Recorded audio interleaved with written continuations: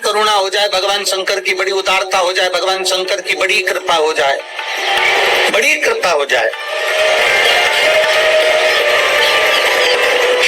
भगवान शंकर जिस दिन तुम्हारे ऊपर बड़ी कृपा कर दे, किसी सोमवार को 3 नियम बना लो। जिस दिन मेरा भोले बाबा तुम पर कृपा कर दे, उस दिन सोमवार का एक नियम बना कि महीने का एक सोमवार मुझे ऐसा करना है, 3 नियम धारण करना है महीने के सोमवार को। पहला, सुबेरे जाकर शंकर भगवान को 1 लोटा जल चढ़ाना है।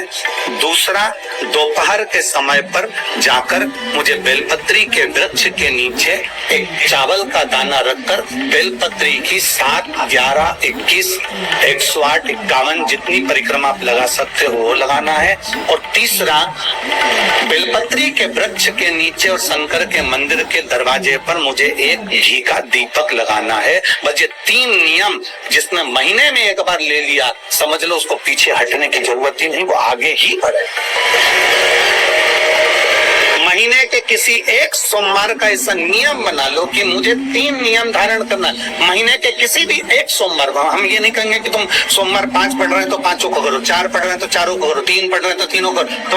तुम तो महीने का एक सोमवार का नियम बना। और मेरी जीजियों से, मेरी बेटियों से जो विदेश में रह रही हैं, जो कहीं बाहर रह रही हैं, कहीं बड़े शहर में रह रही हैं, जो रोज मंदिर नहीं जा सकते, हर किसी महीने के एक सोमवार को भी ये नियम निर्धारण कर सकते, तो उनसे कहेंगे कि 3 महीने में एक सोमवार का नियम बना लो। 3 महीने में नहीं बना सकते तो 6 महीने में एक सोमवार का नियम बना लो। और 6 महीने में नहीं बना सकते तो 1 साल में एक सोमवार का ऐसा नियम बना लो कि मैं साल का एक सोमवार ऐसा रहूंगी कि सुबह सोमवार के दिन मंदिर में जाकर जल चढ़ाऊंगी, दोपहर में जाकर बाबा को एक अक्षत का दाना रखकर, अक्षत का मतलब है कि बाबा मेरी दिनों दिन उन्नति करना। बेलपत्री के वृक्ष के नीचे जो अक्षत रखा जाता है वो उन्नति के लिए रखा जाता है। शंकर के शिवलिंग पर जो अक्षत रखा जाता है वो रोग मुक्ति के लिए रखा जाता है। अशोक सुंदरी पर जो अक्षत रखा जाता है वो संतान प्राप्ति के लिए रखा जाता है। षडानंद कार्तिकेय की ओर जो अक्षत रखा जाता है वो हमारे बच्चों की सुख समृद्धि के लिए रखा जाता है। विनायक की ओर, गणेश जी की ओर जो अक्षत रखा जाता है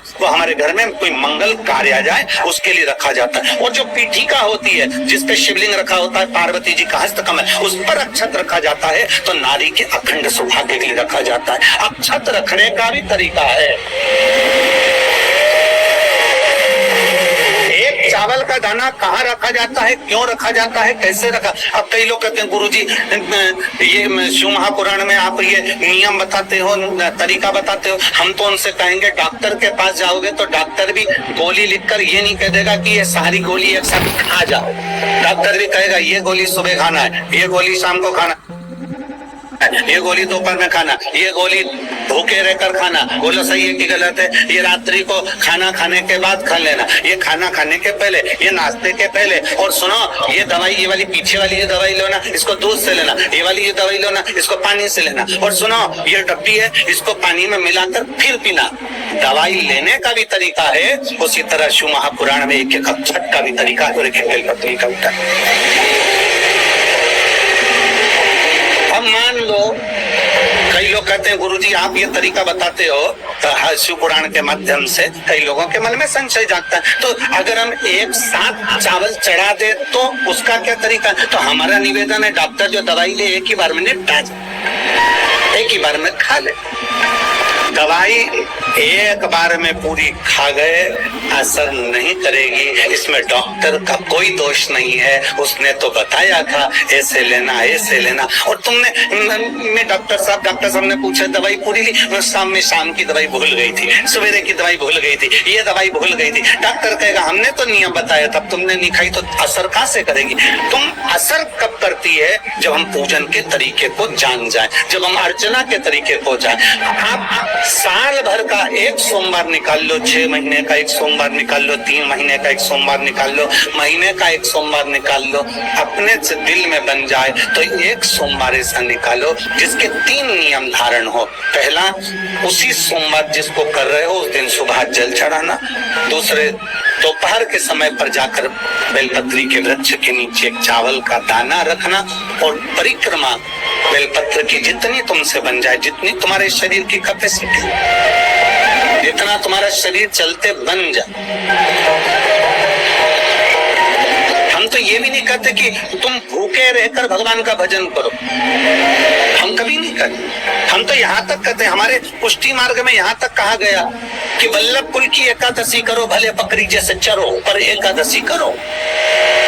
हम तो यहाँ तक कहते हैं कि बहुत समय से कल मेरी एकादशी है, एकादशी है, एकादशी है, एकादशी है, पूरे घर को हिलाकर रख दिया, एकादशी है, एकादशी, एकादशी है। बहू टेंशन में, बेटा डिप्रेशन में, पति पपीता ला ला के, सेव फल ला ला के, मूंगफली का दाना ला ला के, काजू कतली ला ला के, सेव फल ला ला के, और सारा सामान साबूदाना, खिचड़ी और ना चिप्स ना जाने क्या क्या ला ला के, बेचारा पति एकादशी आती है वो नौमी से चिंता में पड़ जाता।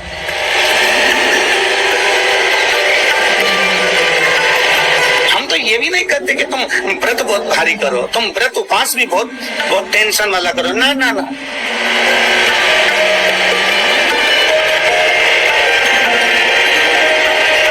अपने को व्रत उपवास भी इतना बहुत बहुत भूखे रह रहे हो, बहुत प्यासे रह रहे हो, और मालूम पड़े कि भगवान हमें मिलेगा, भगवान हमें मिलेगा।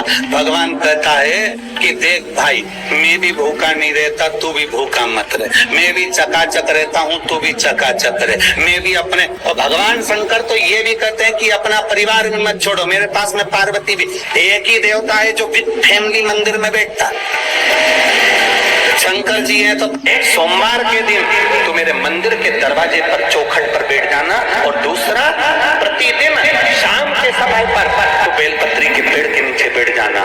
जो तेरी बेल वृक्ष के नीचे सेवा करने आए, जो शंकर जी के मंदिर में सोमवार को जल चढ़ाने आए, उसका जो पात्र जल चढ़ाकर जब वो घर लेकर जाए, उसके पीछे पीछे पात्र के पीछे पीछे तू जाना और उसके घर में लक्ष्मी का भंडार भरकर